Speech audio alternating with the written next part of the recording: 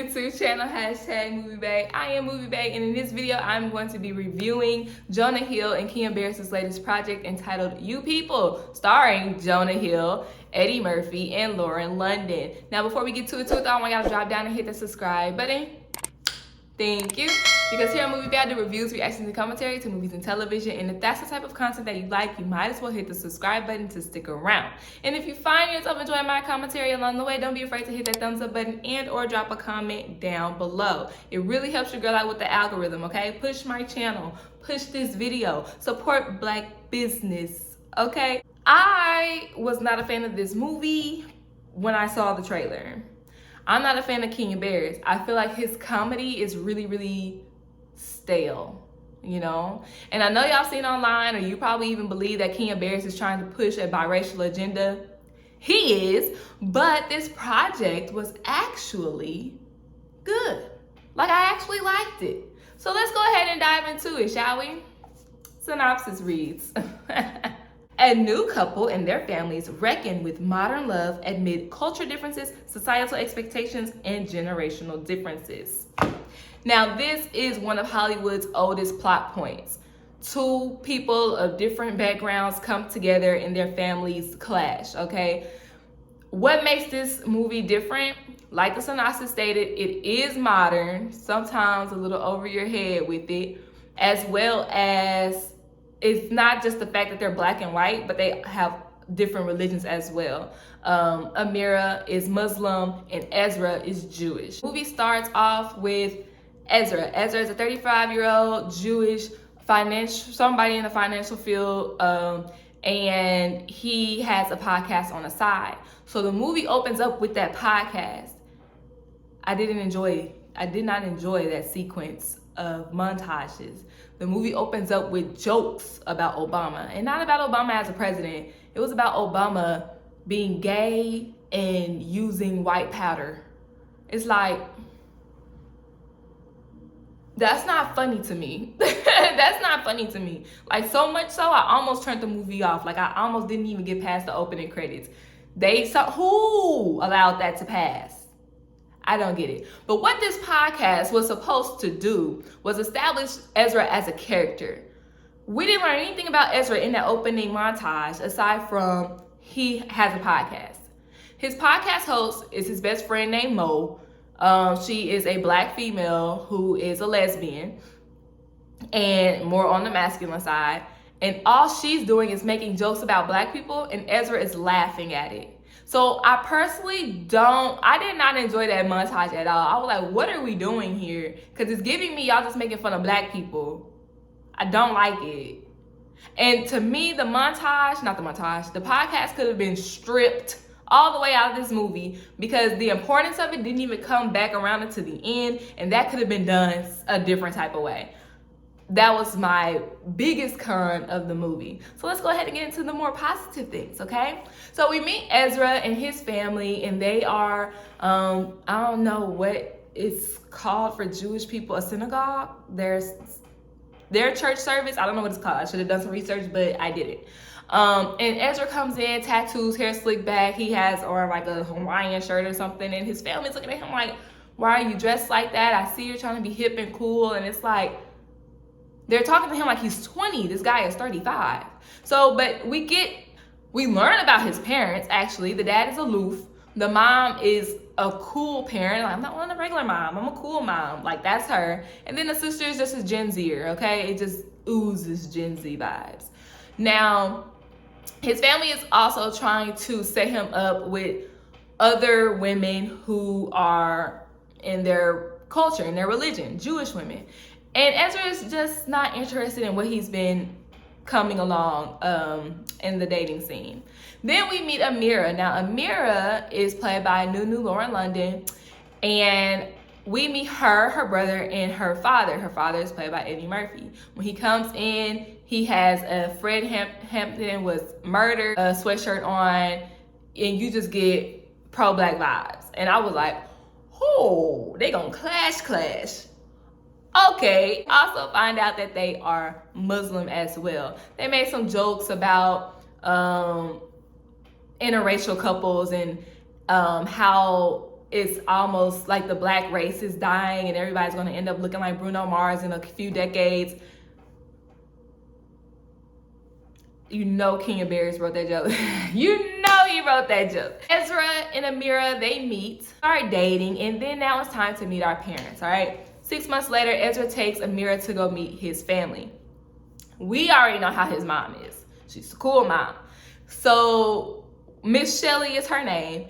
And when Amira gets there, it's, oh, I love your hair. I love your outfit. I love your earrings. Oh, your necklace has your name on it. So it was like little funny, cringy white people jokes. Like, it was like, oh my God, like this is really how white people who try to be cool act. And she talks about how police brutality is wrong and, you know, just trying to appeal to her new black future daughter-in-law. The sister comes down and she just tries to be hip and cool. And then the dad is making references to the only 2 black people in media that I think he knows, Exhibit and John Legend. And if you have ever dated or talked to someone of the opposite race, if you are a black person and you talk to somebody of the opposite race, they do this. I feel like they really, really, really want to prove, hey, I'm cool too. You know what I'm saying? Because no tea, no shade, but I feel like black people are just the coolest of the cool. So if you date outside, or if you want to become, or if you're becoming friends with somebody of the opposite race, like this has happened to me a multitude of times. Like I've dated a Hispanic male and his mom was kind of like trying to come out like she's cool, she's hip. Hey, my boyfriend's black too. I've befriended other white people, colleagues, and it was like, oh, look at this guy I'm talking to. Yeah, black guy. I love him. He's my favorite. He's your favorite. What, bitch? Like, they just try to appeal to you as a black person versus really just trying to get to know you. And that is the conflict between Shelley and Amira. So now you have Ezra trying to get the blessing of Amira's parents so he can marry her. And not only are you this white guy, and we're very, very much so pro-black, but this is our first time meeting you in the first place. And now you want to ask for our daughter's hand in marriage? It's a hard no, a hard pass. So eventually, Ezra proposes to Amira anyways, and the rest of the movie is about them and their wedding journey, dealing with their parents and, you know, other things in their relationship. So Amira's dealing with her things with Shelley, because Shelley is still, you know, oh my God, what is your hair called? Oh my God, this, oh my God, that. Like, oh my God, did you see how she treated us differently because you're black? It's like, you know. And now Ezra is dealing with Akbar because Akbar is taking him to the hood with the wrong color, trying to embarrass him in front of black people by not knowing how to play basketball, but Ezra actually does. And of going like on the bachelor party to see how he is with his friends, and y'all know white people do that stuff. So Akbar is just trying to prove to Ezra, like, you are not worthy to fit in this culture. Like, you can never be one of us. So inevitably, you and my daughter, y'all just won't fit or whatever. So you have both of the parents being just weird to their future in-laws, and this eventually creates a divide between Amira and Ezra. In the end, of course, the parents ruin the relationship between Amira and Ezra. They realize their mistakes, and then they bring the 2 kiddos back together and they marry. So let's talk about some major talking points of this movie. So one of the biggest scenes in this movie was when both families come together and meet, and it was basically the Holocaust versus slavery. I can't remember how the conversation got started, but Ezra's family was saying that the Holocaust was slavery for Jewish and how Jewish people were the first slaves. And of course that didn't pan over well with the black people, because it's like, well, our slavery is not so long ago. Like, my grandmother picked cotton, and y'all might have been slaves, but when you came voluntarily to this country with your money and your family intact, y'all have done well for yourself since then versus my ancestors who were brought here and we've been struggling ever since. So that was a big debate in the movie, and I honestly think that it was, I don't want to say one that was to be had, but I feel like this, I don't know, maybe I haven't been in the right circles or watching the right things, but I feel like this conversation hasn't came up in any of my circles. I don't hang out around Jewish people either, but I felt like this was a good debate or whatever. I also liked how Ezra and Amira also had their internal issues about it being an interracial couple. Like Lauren London didn't get a particular job because she was probably a black female and she went to an HBCU instead of the esteemed Harvard, like the people who were job seeking did.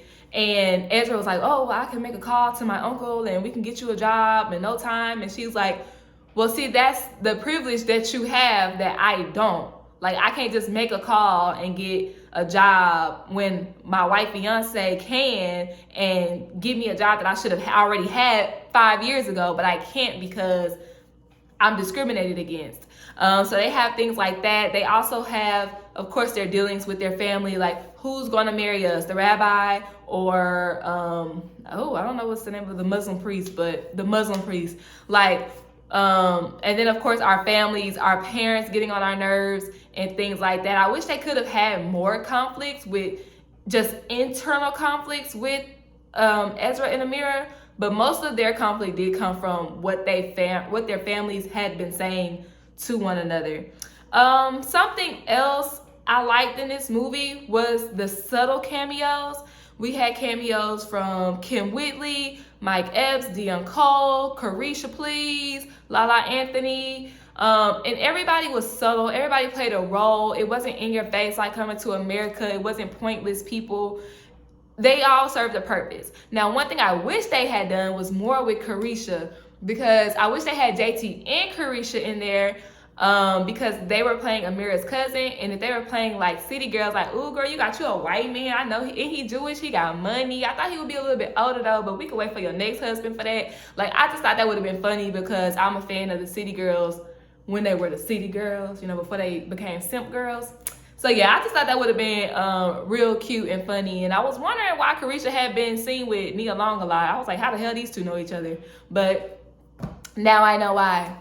All in all, I honestly was pleasantly surprised with this movie. It was way better than I thought it would be. Like I stated before, the first 10 minutes, especially that open podcast montage, that almost did it for me, y'all. But when you get past that, it actually is a decent rom-com film. Well, that's my review on You People. Thank y'all so much for tuning into my YouTube channel. Be sure y'all hit the subscribe button if y'all enjoyed my commentary, and like this video if you enjoyed my commentary, and then leave a comment down below. Did you absolutely love this movie? Were you pleasantly surprised, or did you absolutely hate this film? Like I said, leave it down in the comment section down below, and I'll see y'all next time. It's a date.